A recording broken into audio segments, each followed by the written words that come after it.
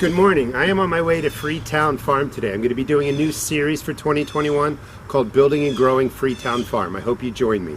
Today we're going to talk about using repurposed nursery pots as sunken containers. I'm going to show you how to do that. It'll be a sunken container garden.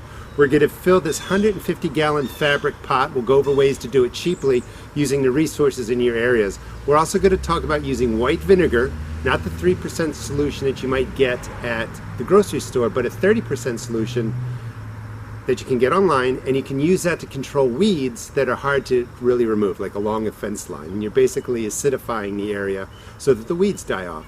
We are also going to cover using leaf mold. I know for a fact over there's about 10 or 15 years worth of leaves that have just been buried over. So we're going to harvest those. I'll show you how we get to all of that. Before we get into the truck and drive over there, let me tell you a little bit more about using these fabric pots. Root Pouch donated dozens of these 150-gallon fabric pots. I really love their product.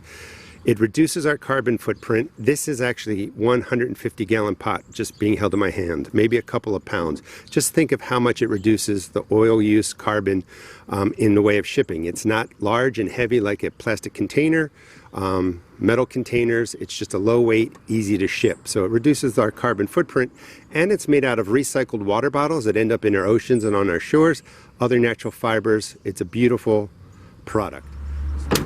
We're also going to make a quick stop at our local hardware store to pick up a brush hog to cut back all the overgrowth that's sitting over those leaves. Join me for the quick ride over, and I'll talk to you a little bit more about filling those raised fabric pots. So this is the brush hog, so we're ready to go. See you at the farm.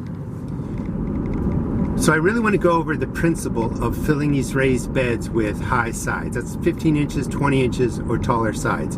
You're going to fill this up by quarters or by thirds. Basically, the bottom quarter, the bottom third can be materials that aren't fully broken down. They're pretty fresh. They could be brand new wood chips.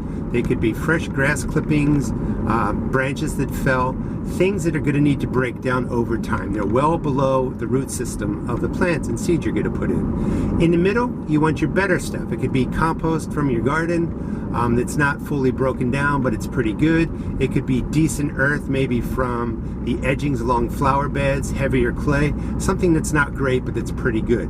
And then the final third or the final quarter would be your better stuff. If you don't have good stuff, maybe that's when you buy the potting mix. That will be fine. It'll be less expensive by just filling the top 4 to 8 inches. You could put in your great compost, your better soil, the mixes you make, or anything like that.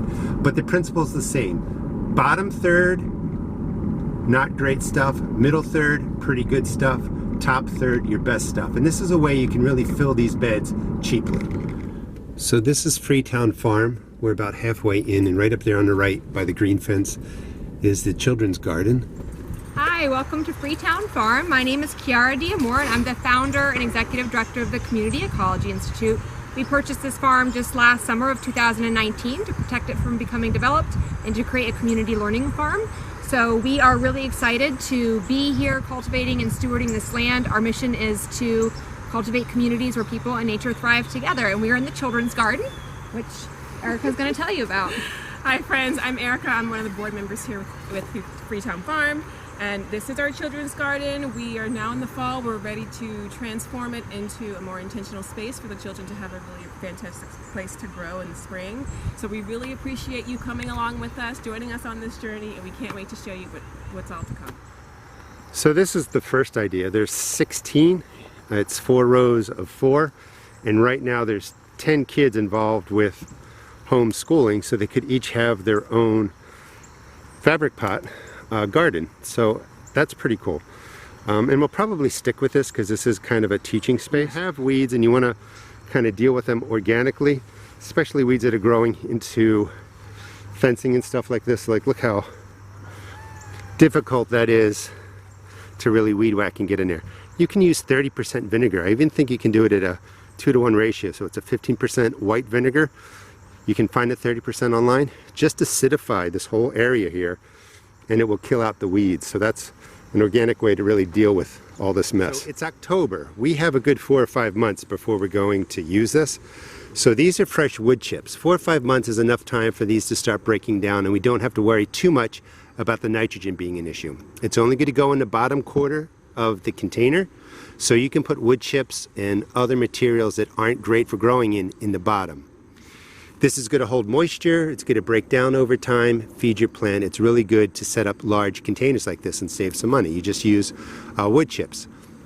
If you were going to be planting in a month or two, you could still use this, but what you would do is maybe add some blood meal or other fertilizers with higher nitrogen in it, and that will kind of give the wood chips what they need, and your plants will be okay. When you have, sides that are 12, 15, 21 inches like this, you want the top 6 or 8 inches to be the good growing stuff.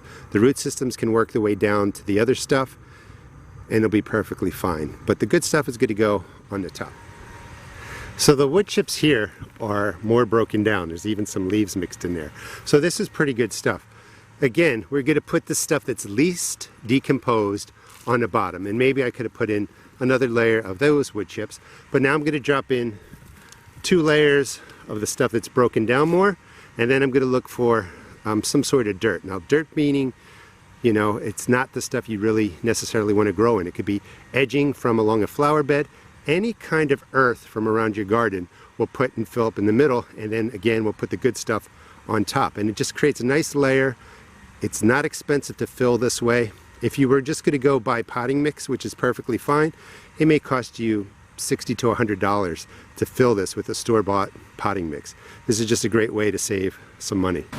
So this is the area that's being cleared out by the brush hog, and we're going to get in there and look at all the leaves that have been in there for years. This is just wonderful. So we have our materials that are going to fill those 150 root pouches. You're going to find grubs. Don't worry about them. You can't do anything about that. But this is our good stuff that we're going to plant into. So I'm going to take some of this wonderful stuff. It's going to bring in weed seeds. That's fine. It'll be easy to weed that out. But the benefit is certainly outweighs getting any weed seeds in there. Break up the clumps, and I'm just going to mix it into the top couple of inches of that layer of mulch we put in. And I'm just going to fill it all the way up really to a couple inches from the top with all this leaf grow. This is absolutely delicious stuff. So if you were setting up your root pouch or your fabric pot or your raised bed, when you get to here, maybe this is where you would, I hope you have all this kind of stuff around your house, but most of us don't. So if you don't have that, when you get to about here, this is where you might buy the potting mix or get better stuff and put it right across here. And then you would plant into that. The roots would establish, work their way into this great stuff, work their way into the medium range composted wood chips. And then by the time it gets to the bottom, the whole plant's established. Everything is fine. Everybody's happy. So here's another way we're using containers. These are all from trees that were put in. And it's going to be a sunken container garden. We're going to cut the bottoms out. These are going to get sunk about halfway into the ground. And they pretty much function effectively as a sort of mini raised bed. All the good stuff can go right into there. The plants are going to grow to the bottom of the container, into the ground, and they're going to be healthy. They're not going to have to be watered like a regular container because the roots are going to anchor into the earth. So in something that size, we can put in a single tomato plant, 2 kale plants, 2 pepper plants, anything you really want. That's plenty of room for the root systems. I also like growing 2 peppers in a space because I found over the years pepper plants do perfectly fine that way. And it's just going to kind of wind its way down here, and it's going to set up part of this teaching garden. Like each kid could have a container, plant something in there, and I think it'll be really fun for them. They can even learn how to fill it, what to set it up with, all that kind of stuff. So I mean, this is just a great project. So there are 26 containers here. That means we can plant 52 pepper plants. We could do pole beans. We could do all kinds of different things. You could even put some sort of fencing or trellising through here. You could grow cucumbers, all kinds of different things. I just want to point out the bottom is not cut out. That's the whole key. You would cut out at least 75% of the bottom, sink it in here, and then you can plant whatever you want. Thanks for joining me at FreeTown Farm today. I really want to thank those of you that have donated to help build the greenhouse. Please subscribe, and we'll be doing this series regularly, maybe once or twice a month. Thanks for watching.